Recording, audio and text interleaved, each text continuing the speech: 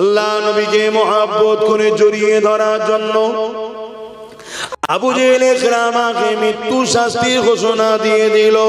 সৈন্য সামন্তরা জোর করে নিয়ে গিয়ে ইকরামাকে গভীর জঙ্গলের মধ্যে প্রবেশ করিয়ে হাতে পায়ে দড়ি বেঁধে সেখানে রেখে দিয়ে এলো।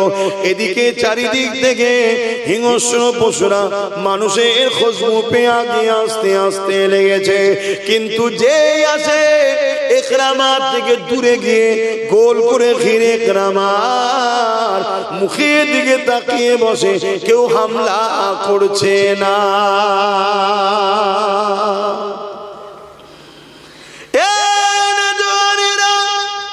নিজেকে চিনতে শেখো, সিনার পাওয়ার বাড়াও।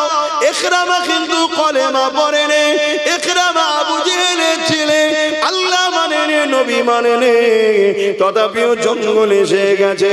হিংস্র পশুগুলো আসতে লেগেছে, তাকে কিন্তু খেতে চাইছে না। গোল করে সে ঘিরে বসে ইকরামার দিকে তাকিয়ে রয়েছে।